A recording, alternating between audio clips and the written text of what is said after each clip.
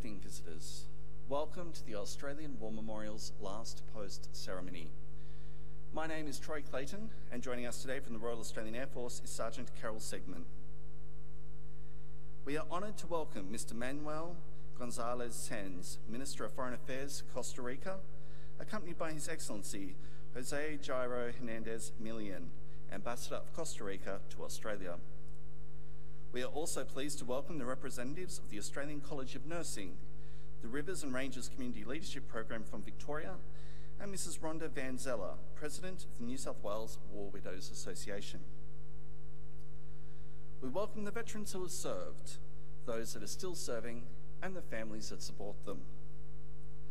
We also acknowledge the members of the RSL and Services Club Association, RSL Victoria, and RSL Queensland, who are watching the ceremony broadcast across Australia.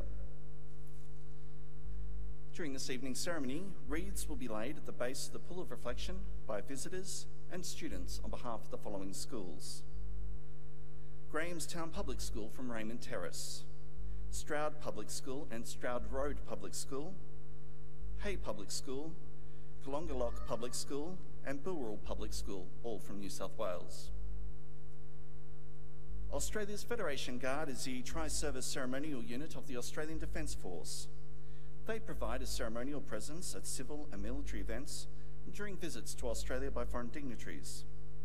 The Guard will now dismount the catapult party from the tomb of the unknown Australian soldier.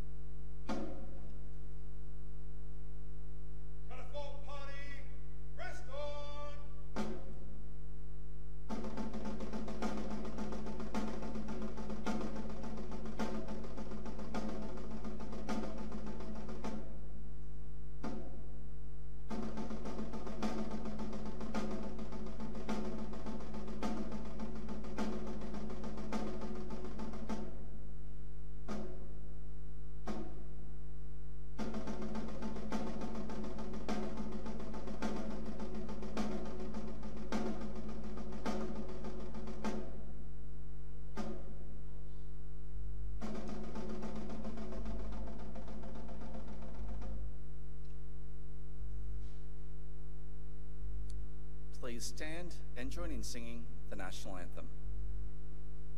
Catapult party, attention! Catapult party, present up!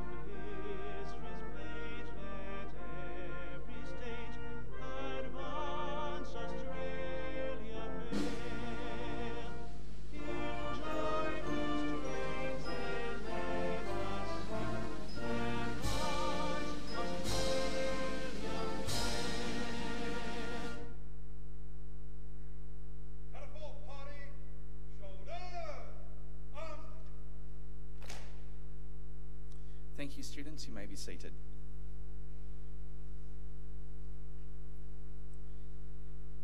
The Australian War Memorial was the vision of Charles Bean, Australia's First World War official historian.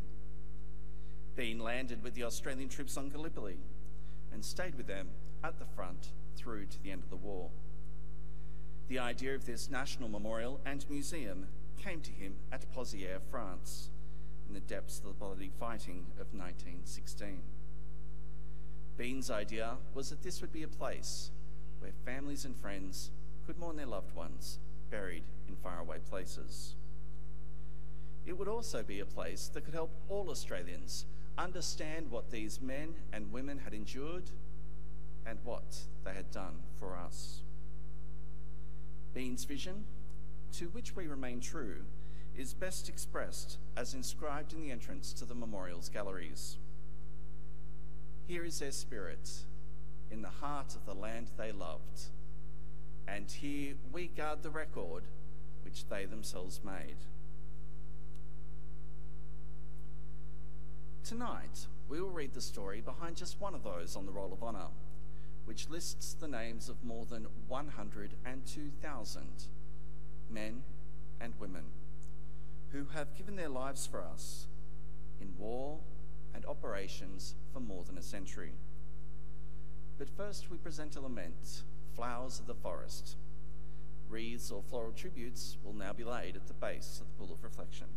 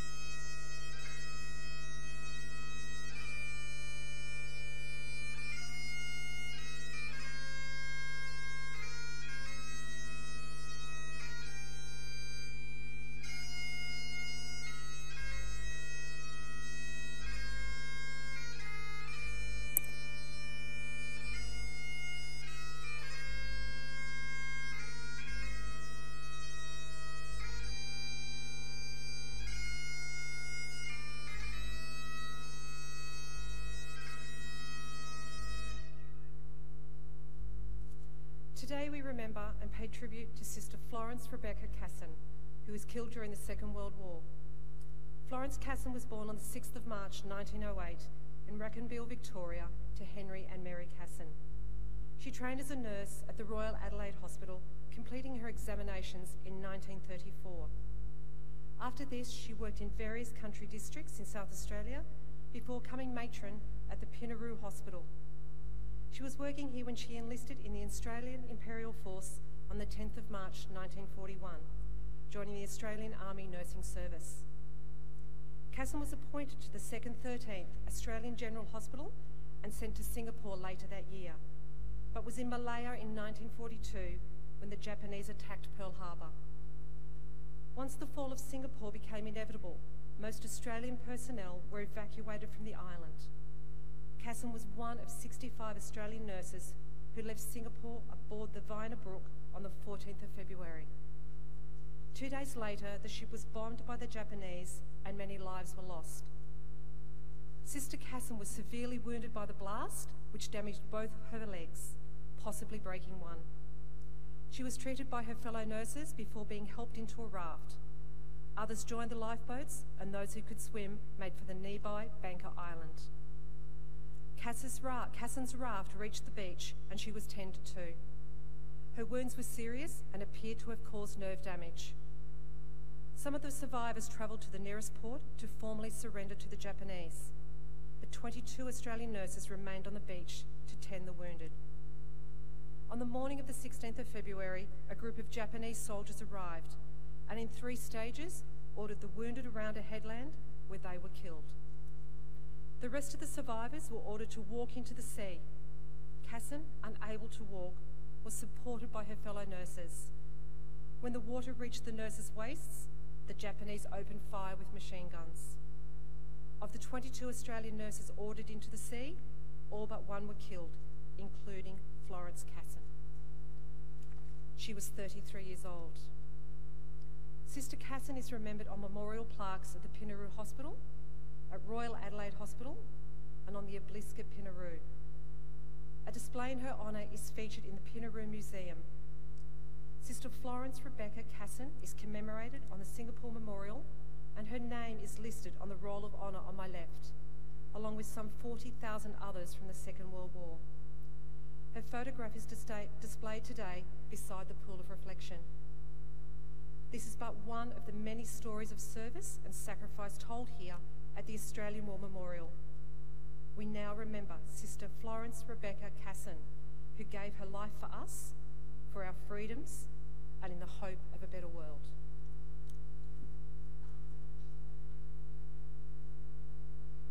Please stand for the reading of the Ode and the sounding of the last post.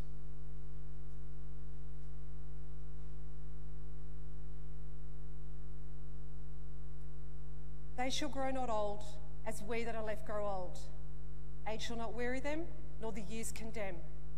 At the going down of the sun, and in the morning, we will remember them. Catapult party, present up!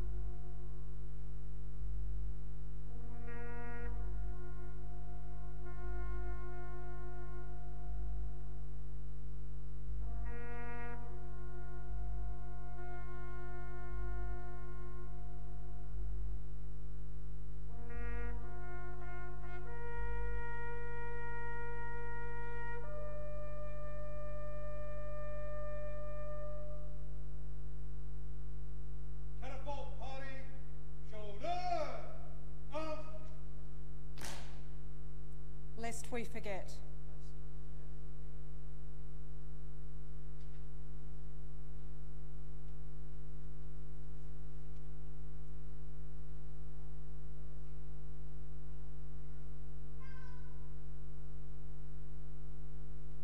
Catapult party, now forwards! Turn! Catapult party, quick! March!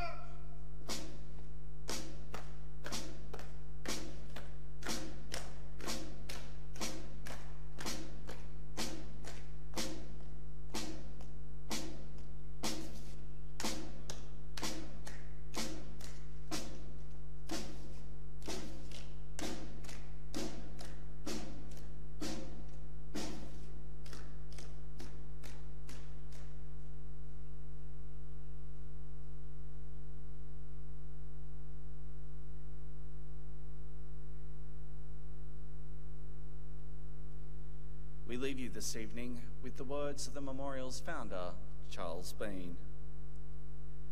Many a man lying out there at Pozières or in the low scrub of Gallipoli, with his poor, tired senses barely working through the fever of his brain, has thought in his last moments, well, it's over.